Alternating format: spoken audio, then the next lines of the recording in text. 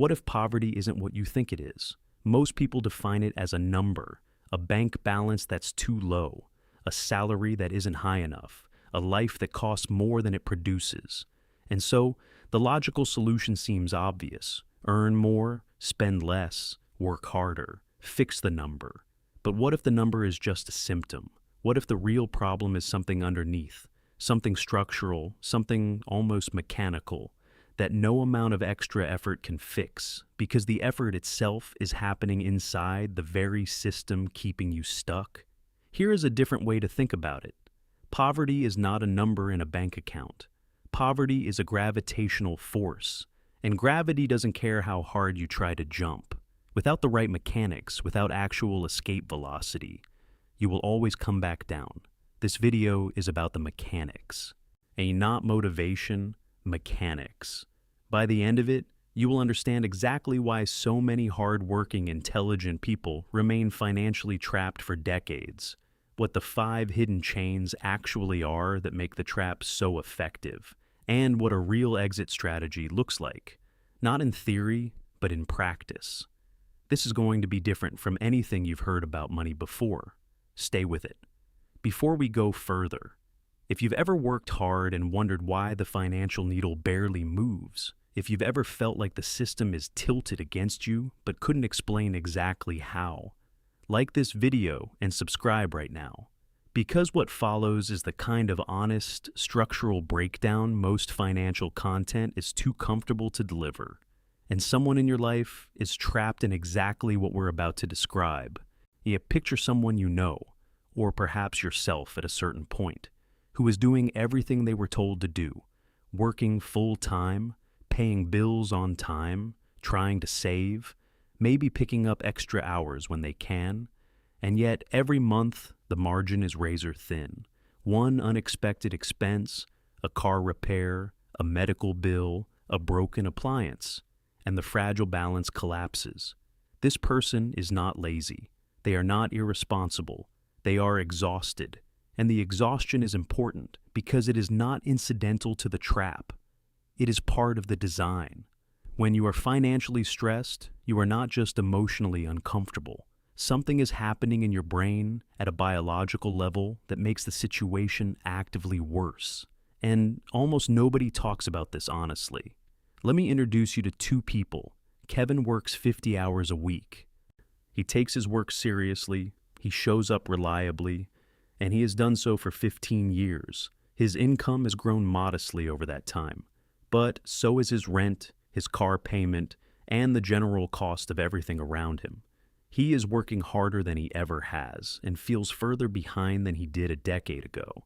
He tells himself he just needs one good break. Raymond started in roughly the same position as Kevin 12 years ago.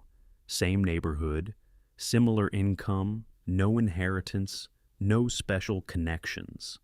But somewhere along the way, Raymond began to understand something Kevin hadn't yet seen, that the game Kevin was playing had a ceiling built into it. That trading time directly for money at a fixed rate, inside a system designed to consume what you earn, was a game that rewarded presence but not progress. Raymond didn't get lucky. He changed the game he was playing, slowly, imperfectly, with setbacks along the way. But he understood the mechanics of the trap before he could escape it. That understanding is what this video is about. Chain 1. The scarcity tax. This is where most poverty conversations should start, and almost never do. When you are under consistent financial stress, your brain enters a mode of cognitive tunneling. Psychologists and behavioral economists have documented this extensively. The mental bandwidth consumed by financial worry, by calculating whether you can cover rent, by running numbers obsessively, by managing the anxiety of not knowing if you'll be okay, is not free. It costs processing power, real measurable cognitive capacity. Research suggests that the cognitive load of financial scarcity is equivalent to losing around 13 IQ points. Not permanently, not as a fixed trait, but as a functional reality while the stress is active. The brain under scarcity becomes less capable of long-term planning, impulse control, and the kind of patient strategic thinking that financial progress actually requires. This is the cruelty of the loop. The condition of poverty actively impairs the thinking needed to escape it. The tax is not just financial, it is neurological. Understanding this is not an excuse, it is a diagnosis, and you cannot treat something you haven't accurately diagnosed. The practical implication is this. If you are operating under sustained financial stress, your first priority is not an investment strategy. It is creating any amount of breathing room, even a small financial buffer, enough to absorb one unexpected expense without catastrophe, meaningfully reduces the cognitive tax and begins to restore the mental capacity needed for better decisions. Stability, even modest stability, is not comfort, it is infrastructure. Chain 2. The dopamine trap. And this is where most people get it completely wrong. Spending money feels good, not because people are shallow or undisciplined, but because at a neurochemical level, spending produces a genuine dopamine response, a brief, real sense of relief, reward, and control in a life that may feel largely out of control. When financial stress is chronic, that dopamine hit becomes something more than a purchase. It becomes self-medication, a temporary escape from the pressure. And like all self-medication, it addresses the feeling without touching the cause, and leaves you in a slightly worse position than you were before. This is the dopamine trap. The spending provides relief. The relief doesn't last. The financial situation worsens slightly. The stress increases. The next purchase needs to be a little larger to produce the same effect. The loop tightens. Breaking this chain requires what some call monk mode, a deliberate temporary period of stripping spending back to essentials. Not as punishment, but as a neurological reset. When you remove the dopamine hits from spending, the brain recalibrates. Delayed gratification becomes more tolerable. The discomfort of waiting becomes less acute. And you begin to build the internal architecture that wealth actually requires. Not discipline through gritted teeth, but a genuinely different relationship with immediate reward. Chain 3. The linear income trap. Almost nobody talks about this clearly enough. Time equals money is not a neutral equation. It is a trap with a ceiling built in. Because time is finite. There are only so many hours available, only so much energy to give, and the moment you stop, through illness, age, circumstance, the income stops with it.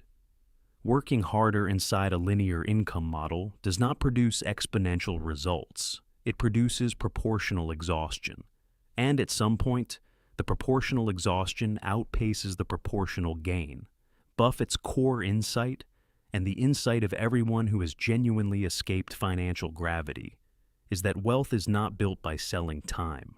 It is built by developing assets that generate value independently of your direct, the continuous presence. That begins with skill stacking, not one skill traded for one salary, but a combination of complementary capabilities that make you genuinely difficult to replace and create leverage, the ability to produce more output than the hours you put in. A writer who understands marketing is worth more than twice a writer alone. A technician who understands business is worth more than twice a technician alone. Skills compound, and compounded skills create the platform from which non-linear income becomes possible. The question is not how to work harder. It is how to work in a way that builds something that continues working when you stop. Chain 4. Social gravity. This one is uncomfortable, but it is real and it needs to be said directly. Your financial environment is not just psychological, it is social. With the people around you, the ones you spend the most time with, whose habits you absorb, whose spending you unconsciously mirror, whose beliefs about what is possible you quietly adopt, are either accelerating your progress or participating in your stagnation. This is sometimes called the crab bucket effect. In a bucket of crabs, none escape, not because they can't climb, but because the others pull them back. not out of malice, out of the logic of the system. Anyone climbing threatens the equilibrium everyone else has accepted. If the people closest to you are financially stuck, financially careless, or quietly hostile to the idea of you thinking differently about money, that environment has weight. It exerts a pull, and willpower alone is rarely enough to overcome sustained social gravity. This does not mean abandoning people you care about. It means deliberately expanding your environment to include people operating at the level you're working toward, through communities, through content, through mentorship, formal or informal. You are not just building financial habits. You are building a new reference point for what normal looks like. Chain 5. The compound void.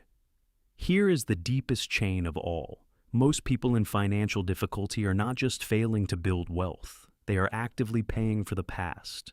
Interest on debt, fees, penalties, money flowing backward toward decisions made months or years ago. The compound void is the opposite of compound growth. It is the drain that makes forward progress feel like walking into a headwind. All compound interest is the most powerful force in finance. Buffett has acknowledged this repeatedly, but it works in both directions. When it works for you, it builds quietly and exponentially. When it works against you, it extracts quietly and exponentially. The exit from the compound void is not dramatic. It is sequential. Stop the bleeding first. Address the highest cost debt. Remove the most damaging drains. Then, even in small amounts, redirect that energy toward growth rather than servicing the past. The switch from paying interest to earning it is not an event. It is a series of small, consistent decisions made over time. Every month you redirect even a small amount from past debt toward future assets, you are changing the direction of compounding. Not instantly, but irreversibly if you maintain it. So here is the exit strategy in plain terms. First, create breathing room, however small. Even a modest buffer reduces the scarcity tax and restores the cognitive capacity to make better decisions. Second, audit the dopamine. Look honestly at where money is going that is serving a feeling rather than a future. Redirect even a fraction of that towards something that builds. Third, identify your current income model and ask honestly whether it has a ceiling. Begin developing one skill, just one, that creates leverage rather than just output. Fourth, look at your 5 closest financial influences, not to judge them, but to honestly assess whether your environment is helping or hindering. Then deliberately seek one new influence operating at the level you want to reach. Fifth, list every compound drain in your financial life. Yeah, pick the worst one. Make eliminating it a single-minded priority before expanding in any other direction. These are not complex steps. They are sequential, honest, and practical.